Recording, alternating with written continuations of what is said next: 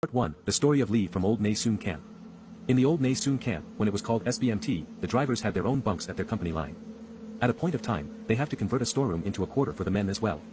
Then, there were 2 men allocated with the 2 beds placed in the store. Without knowing how long after that, one of the duo got posted out of the unit, leaving the other, a middle-aged regular driver, condemned for his promotion.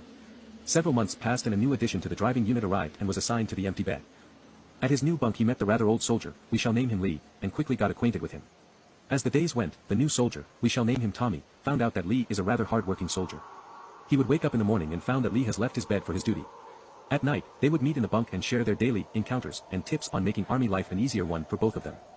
Tommy also noticed a foul stench in the bunk, but took it as a fact as it was a store. As days passed, he got used to the aroma and didn't think much about it. After all, it only smells slightly worse than his room back home.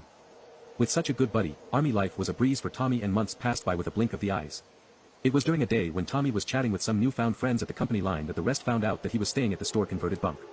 Then, they found out about Lee and were quite lost when the name was mentioned, but they shrugged it off, for there were actually soldiers who kept a low profile to escape duties in exchange for a simpler life in the army.